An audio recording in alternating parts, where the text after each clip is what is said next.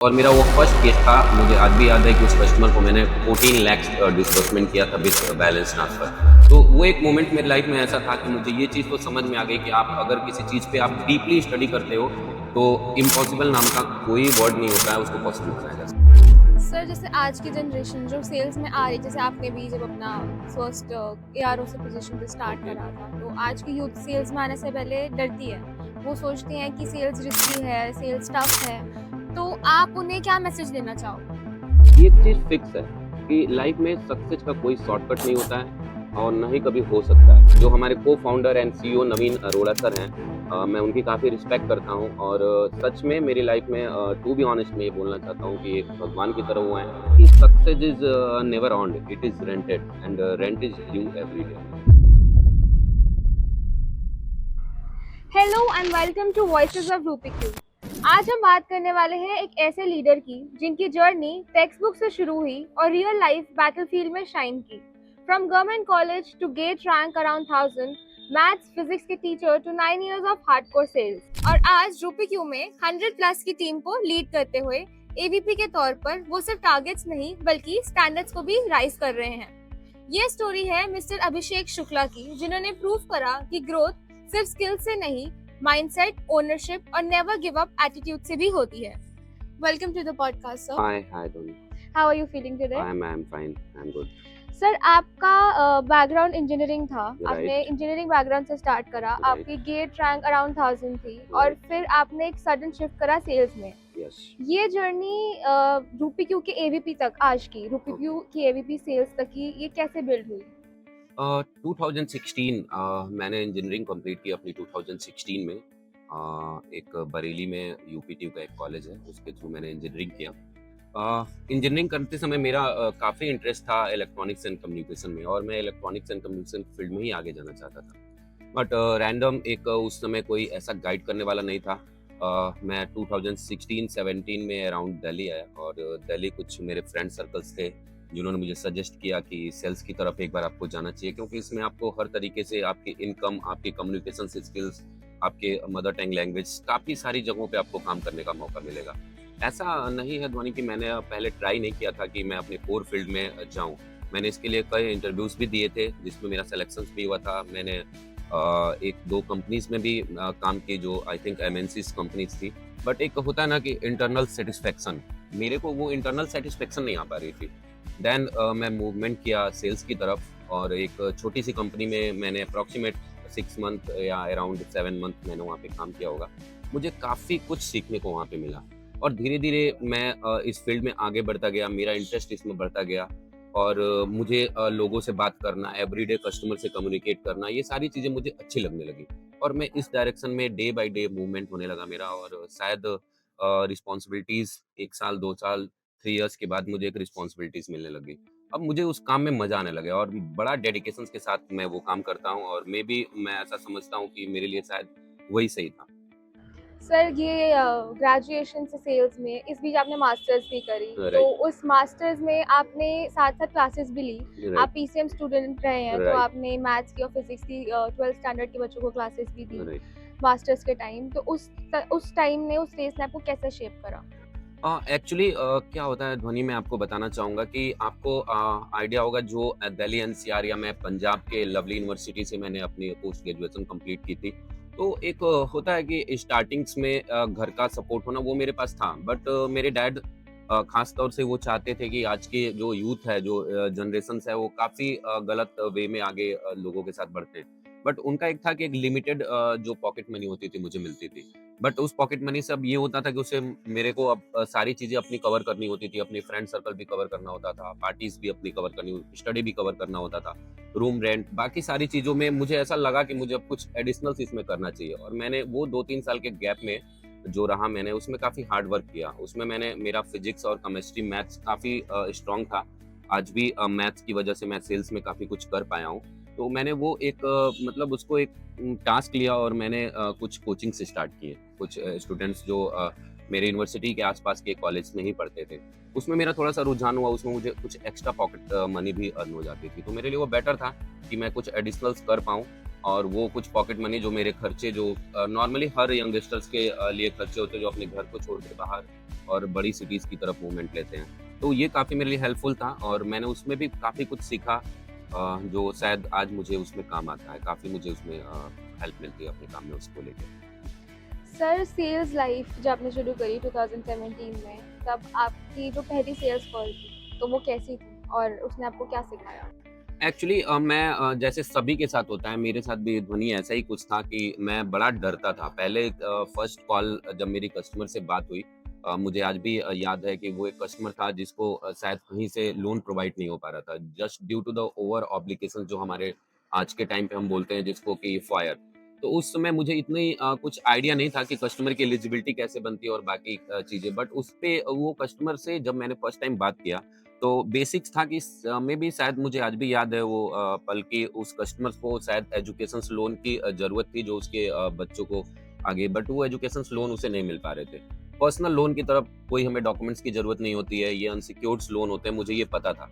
मैंने उस कस्टमर से बात की, उसके सारे जो भी ऑब्लिगेशंस थे और जो भी कार्ड्स के ऑब्लिगेशंस थे, मैंने उस पे डीप स्टडी की और मेरा वो फर्स्ट केस था। मुझे आज भी याद है कि उस कस्टमर को मैंने 14 लाख डिसबर्समेंट किया था विद बैलेंस ट्रांसफर। उस कस्टमर ने मुझे आज तक वो कस्टमर क्लाइंट्स मेरे पे जुड़ा हुआ है और उसने काफ़ी सारे ऐसे रेफरेंसेस दिए।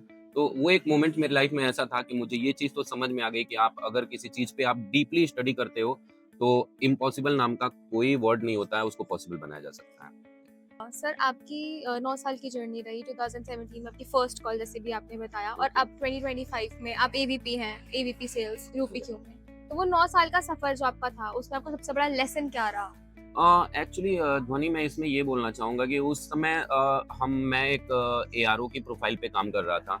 तो हर कॉल्स कस्टमर के साथ मुझे लेनी पड़ती थी, जिसे हम आज के समय में कोल्ड कॉल बोलते हैं। कस्टमर का फर्स्ट कॉल होता है जिस कस्टमर को हमें पिच करनी होती है, उसको अपने लिए या अपने प्रोडक्ट के बारे में उसको बताना होता है और कन्विंस करना होता है। बट आज के टाइम पे उसके लिए मेरे नीचे मेरे पास अप्रॉक्सिमेट 90-100 पीपल्स काम कर रहे हैं, जो डायरेक्टली कस्टमर से फर्स्ट कन्वर्जन करते हैं। इन केस कस्टमर्स को किसी जगह पे, जैसे मैंने आपको बताया कि मेरी मैथमेटिक्स हमेशा से स्ट्रांग रही। मैंने 12th क्लास में भी यूपी बोर्ड से अपने डिस्ट्रिक्ट में टॉप किया हुआ था, मेरे 86 परसेंटेज थे और उस मैथ्स को मैंने स्ट्रांग बनाया। तो आज के समय में जो कस्टमर्स हमारे पास आते हैं, जो मेरी टीम कॉल्स करती है, मुझे ऐसा लगता है कि ये कस्टमर्स की प्रोफाइल अच्छी है बट इसके ऑब्लिगेशंस ज़्यादा हैं, उसकी वजह से ये कस्टमर किसी भी बैंक में नॉट डूएबल हो रहा है। मैं उस केस को ट्रांसफर लेता हूँ, उस पे स्टडी करता हूँ कि कस्टमर का क्या लोन हम एक साथ कंबाइन कर सकें, क्योंकि मैं जहाँ तक समझता हूँ आज के समय में हर कस्टमर एक ईएमआई के नीचे दबा हुआ है। और ओवरऑल मैंने ये देखा है कि हर कस्टमर हमारे पास फ्रेश फंड के लिए आता है, उसे बैलेंस ट्रांसफर के बारे में या ओवरऑल लोन कैसे उसको अपने कंसोलिडेट करने हैं, उसको आइडिया नहीं होता है। मैं उस प्रोफाइल पे काम करता हूँ, मेरे नीचे मैनेजर्स उस प्रोफाइल पे काम करते हैं, वो केस मेरे तक आता है। अगर इन केस मेरी हेल्प की ज़रूरत होती है, मैं डायरेक्टली कस्टमर से बात करता हूँ उसमें, और कुछ अदर डॉक्यूमेंट्स, कुछ एडिशनल डॉक्यूमेंट्स लेने के साथ उस केस को हम डूएबल बनाते हैं। और कस्टमर का मेन हमारे हमारे में क्या है, हमारा कस्टमर अगर हमसे सेटिस्फाई है, तो वो आगे भी हमें रेफरेंसेस देता रहता है। तो ये आज के टाइम पे हम जिस फील्ड में काम कर रहे हैं, रेफरेंसेस हमारे लिए सबसे बड़े शायद चीज़ है जो हमें मिलना चाहिए। और कस्टमर को हम अगर सेटिस्फाई कर रहे हैं तो कस्टमर हमें आगे आगे भी रिकमेंड करेगा, वो अदर फ्रेंड सर्कल्स में भी हमारे नंबर डिस्ट्रीब्यूट करेगा। तो मेरे लिए काफ़ी हेल्पफुल होता है और टीम को भी काफ़ी हेल्पफुल होता है। तो अप्रॉक्सिमेट हम जो डिस्बर्सल करते हैं उसमें 5-10% रेफरेंसेस ही होते हैं, जो कस्टमर हमारे जिसको हमने सेटिस्फेक्शन दिया हुआ है, जो कस्टमर्स हमारे साथ हमारे वेबसाइट्स पे भी जुड़े हुए हैं, हमें अच्छा हमारी टीम को एक रिव्यूज़ दे रहे हैं, तो वो कस्टमर ऑल टाइम हमारे साथ जुड़े होते हैं। तो जब मैं ये मानता हूँ कि सेल्स में रेफरेंसेस एक बड़ा रोल प्ले करता है। सर जैसे आज की जनरेशन जो सेल्स में आ रही, जैसे आपने भी जब अपना फर्स्ट एआरओ से पोजीशन से स्टार्ट ओके। करा था, तो आज की यूथ सेल्स में आने से पहले डरती है। वो सोचते हैं कि सेल्स रिस्की है, सेल्स टफ है। तो आप उन्हें क्या मैसेज देना चाहोगे? देखो ध्वनि, इस पे मैं एक छोटा-सा बोलना चाहूँगा। ऐसा डर हर किसी के अंदर होती है। आप कोई भी काम करने जाओगे तो फर्स्ट टाइम आपको, चाहे वो व्हाटएवर, आप आईटी के फील्ड में हो, आप फाइनेंस के फील्ड में हो, आप किसी भी फील्ड में जब फर्स्ट टाइम आप जाओगे, तो थोड़ा डिफिकल्टीज़ आती हैं, थोड़ा ऐसा लगता है, थोड़ा नर्वस इंसान होता है। आपने देखा होगा शायद बहुत सारे ऐसे शायद आपने टीवी में भी देखा होगा, आप छोटे-छोटे जो कंटेंट सीरियल्स आते हैं, उसमें भी फर्स्ट टाइम अगर कोई रोल प्ले कर रहा है, तो वो थोड़ा घबराता है, तो घबराना बनता है। बट एक्चुअली मैं यूथ को ये बोलना चाहता हूँ, तो एक सिंपल सा एक मैं ये जानता हूँ कि आप हार्ड वर्क करते रहो। और एक चीज़ फिक्स है कि लाइफ में सक्सेस का कोई शॉर्टकट नहीं होता है और ना ही कभी हो सकता है। तो आप अपने हार्ड वर्क, अपने डेडिकेशन से वो सारी चीज़ें अचीव कर सकते हो जो शायद मैं करता हुआ आ रहा हूँ, शायद अभी फ्यूचर में और बहुत सारे ड्रीम्स हैं जो मुझे पूरी करनी है और मैं उसके लिए जी-जान से लगा हुआ हूँ, हार्ड वर्क कर रहा हूँ। जितना हो सकता है उतना मैं अपना टाइम अपने काम पे देता हूँ। एक बस लास्ट में यही इस पे बोलना चाहूँगा जो हमारा यूथ है, जो हमारे यंगस्टर्स हैं, कि कभी भी आप अपने काम को लेके या किसी भी चीज़ को लेके पैनिक ना हो। आप अपने काम को अपने ईमानदारी के साथ, अपने हार्ड वर्क के साथ, अपने डेडिकेशन के साथ करते रहो। वन्स डे 100% आप जीतोगे। सर आपके अकॉर्डिंग एक स्ट्रॉन्ग सेल्स क्लोजर क्या है? उसका पावरफुल पावरफुल फॉर्मूला क्या है? जैसे मैंने अभी आपको बताया अभी जस्ट इस चीज़ को लेके कि कस्टमर्स हमारे पास आता है तो शायद हम फाइनेंस इंडस्ट्री से बिलॉन्ग करते हैं तो हमने उसके बारे में स्टडी कर रखी है कि हुँ। बैलेंस ट्रांसफर क्या होता है, डीपीडीज़ क्या होते हैं, ओवरड्यू क्या होता है, फॉयर क्या होता है, मल्टीप्लायर क्या होता है, जो हम शायद हमें सिखाया जाता है, जो हमने सीखा है। बट कस्टमर को आगे से ये नहीं पता होता कि वो उसकी प्रोफाइल कैसे वो स्ट्रांग बन सकती है, वो कैसे डूएबल हो सकती है। बहुत सारे ऐसे कस्टमर्स हमारे पास डेली बेसिस पे आते हैं। अप्रॉक्सिमेट हम हर दिन अपने फ्लोर से 20 प्लस ओटीपीज पंच करते हैं और उसमें से 2-3 केसेस ही ऐसे निकलते हैं जो डूएबल होते हैं। दैट मीन्स कि अदर केसेस ओवर लिवरेज या किसी अदर वजह से वो रिजेक्शंस में आते हैं। तो मेन मैं ये बोलना चाहता हूँ कि अगर उस प्रोफाइल को कस्टमर से हमने अगर फर्स्ट कॉल्स जो हमारी होती है, हमने उसमें डीपली कस्टमर से सारे क्वेश्चंस पूछे कि आपके क्या ऑब्लिगेशंस हैं, क्या कार्ड ऑब्लिगेशंस हैं, आपके अदर सोर्स ऑफ इनकम क्या है, आपके अगर कोई होम लोन या कोई ऑटो लोन चल रहा है तो उसमें जॉइंट एप्लीकेंट के साथ कौन है, वो वर्किंग है या नहीं, वो सैलरीड पर्सन है या नहीं, ये सारी चीज़ों को एक साथ जोड़ने के बाद हम उस केस को डूएबल बनाते हैं और 90% ऐसे केसेस में मैं और मेरी टीम काम करते हैं और हम सक्सेस होते हैं और उस केस को डिस्बर्स करते हैं। जी। सर अगर हम आपकी अब पर्सनल रूपीक्यू की बात करें, पर्सनल आपकी रूपीक्यू लाइफ के बारे में, तो आपका शुरुआती फेज़ कैसा था? अ, हाँ, इस पे कुछ लंबा नहीं बोलना चाहूँगा बट जो हमारे co-founder and CEO Naveen Arora sir हैं, मैं उनकी काफ़ी रिस्पेक्ट करता हूँ और सच में मेरी लाइफ में टू बी ऑनेस्ट मैं ये बोलना चाहता हूँ कि एक भगवान की तरह वो हैं। मैं इस ऑर्गेनाइज़ेशन में अभी 2 डेज़ पहले मैंने अपने 3 इयर्स एनिवर्सरी मनाया यहाँ पे। तो ये सबसे बड़ा सपोर्ट का मतलब एक होता है ना, मैं जो मानता हूँ कि मैंने भी अप डाउन्स बहुत सारी चीज़ें देखी। इस रूपी क्यू में भी मैंने स्टार्टिंग के फेज़ में कुछ डाउन्स देखे हैं, कुछ अप्स देखे हैं। तो एक बॉस की तरह नहीं, एक मेंटर की तरह उन्होंने हमेशा मेरा साथ दिया और हमेशा इस चीज़ को उन्होंने क्लियर किया कि अभिषेक डोंट वरी अबाउट दिस, आपको किसी चीज़ से घबराने की ज़रूरत नहीं है। कंपनी, ऑर्गनाइज़ेशंस, आपके साथ के काम करने वाले कोवर्कर्स, कॉलीग्स, मैं हमेशा आपके साथ हूँ और कई सारे ऐसे मोमेंट्स में उन्होंने मेरा मतलब हिम्मत ऐसे बढ़ाया कि मैं ये सोचता था कि मैं करूँगा कैसे, ये होगा कैसे? ऑलमोस्ट मैं अपने कॉलीग्स की बात करूँगा, तो बड़े ब्रांचेस थे, बड़े उनके पास स्ट्रेंथ थी, एआरओज़ काफ़ी थे और मेरे टारगेट्स बड़े होते थे। तो थोड़ा डिफ़िकल्टीज़ लगती थी कि मैं कैसे इसको कवर करूँगा, कैसे होगा? बट उनके सपोर्ट से मैं बोलना चाहूँगा कि हमेशा उन्होंने मुझे अप्रिशिएट किया, हमेशा मुझे अपने काम के लिए उन्होंने रिवॉर्ड्स दिया। लेट नाइट उन्होंने मैसेज करके मुझे मोटिवेट किया जब मैं डिमोटिवेशन फेज़ में भी कभी-कभी होता था। तो ये सारी चीज़ें मुझे ऐसा लगती थी कि मेरे लिए मतलब एक बोलते हैं ना कि वरदान, अगर मैं बात करूँ तो। तो जस्ट लाइक एक वरदान की तरह था और मैं अपनी लाइफ़ टाइम इस चीज़ को हमेशा याद रखूँगा कि अगर बॉस हो तो जस्ट लाइक नवीन अरोड़ा। सर आपकी स्टोरी से हमें लाइक बहुत बड़ा लेसन मिलता है कि कैसे आप हार्ड वर्क करके ग्रो कर सकते हैं और आज हम जैसे आपने बताया कि आपने अभी अपनी वर्क एनिवर्सरी कंप्लीट करी 3 राइट, इयर्स। आज आपके अंडर 100 प्लस एम्प्लॉयज़ काम कर रहे हैं। तो राइट। आप उनको लीडरशिप के बारे में क्या बताना चाहोगे? आपके लिए लीडरशिप का क्या मायना है? एक्चुअली मैं इसके लीडरशिप, ये लीडरशिप क्या होता है? मतलब अगर आप इसको हिंदी में एक्सप्लेन करो तो लीडर का मतलब होता है नेता। हुँ। और आप नेता हो तो आप हर चीज़ के लिए ज़िम्मेदार हो, हर चीज़ के लिए आप रिस्पॉन्सिबल हो। अच्छा, बुरा जो भी है वो सब आपके ऊपर ही आनी है। तो लीडरशिप इन द सेंस कि मतलब आपकी टीम आपके टाइम पे ऑफ़िस आए, अपने काम को डेडिकेशंस के साथ करे, ईमानदारी के साथ करे और एक डिसिप्लिन को जो हम रूल्स बनाते हैं उसको पूरी तरीके से वो फ़ॉलो करे। नंबर्स, बिज़नेस, ये डिपेंड करता है कि आपके डिसिप्लिन्स, आपकी डेडिकेशन, आपका हार्ड वर्क कैसा है। और लास्ट में रिजल्ट्स हमेशा पॉजिटिव होता है। तो मैं उस टीम को या उस लीडरशिप जो भी हमारे अंदर लीडर्स काम कर रहे हैं या रूपी के अंदर जो लीडर्स हैं, तो मेन फोकस मैं ये जानता हूँ कि आप अपने टीम को अपने दोस्त बना के रखो, आप अपनी टीम को हमेशा मोटिवेट करके रखो। आप 100% एक दिन जीतोगे और जीतोगे। सर आज रूपी क्यू में एवीपी सेल्स की पोज़ीशन में आपके हिसाब से एम्प्लॉइज़ को किस माइंडसेट के साथ काम करना चाहिए? जैसा कि मैंने आपको अभी बताया कि सक्सेस का कोई शॉर्टकट नहीं होता है। तो मैं कभी अपने हडल्स या मीटिंग्स में भी ये चीज़ क्लियर करता हूँ अपने जूनियर्स के साथ, अपने कोवर्कर के साथ कि आप अपने काम को बहुत फोकस के साथ करो, डेडिकेशन के साथ करो। 100% है कि हो सकता है कि वो रिजल्ट आपको अगले नेक्स्ट डे ना मिले, आपको नेक्स्ट मंथ ना मिले, बट एक ऐसा महीना आएगा, एक ऐसा दिन आएगा कि आप डे बाय डे इंक्रीज होते जाओगे और आपकी जो भी चीजें आपने सोची हैं कि मुझे ये लाइफ में करना है, मैं इसका एक बड़ा एग्जांपल हूँ। शायद मैं 8 या 9 ईयर से सेल्स प्रोफाइल में काम कर रहा हूँ, फाइनेंस में मैं काम कर रहा हूँ, बट मुझे इससे, मैंने जैसे आपको बताया कि नॉट ओनली द मनी, मैंने बहुत सारी चीजें इससे सीखी। जैसे मेरा कॉमिक स्किल्स बेटर हुआ, मेरे मदर टंग, मैं गोरखपुर से बिलोंग करता हूँ, तो स्टार्टिंग के फेज में मैंने कई सारे इंटरव्यूज दिए हैं एमएनसीज में, तो वहाँ पे एक दिक्कतें आती थी, बट आज के टाइम पे मैंने ये चीजें देखी हैं कि मैं किसी चीज से अब डरता नहीं हूँ। मुझे ऐसा लगता है कि यार ये मैं चीज कर सकता हूँ, ये मुझसे हो सकती है और क्यों नहीं होगी।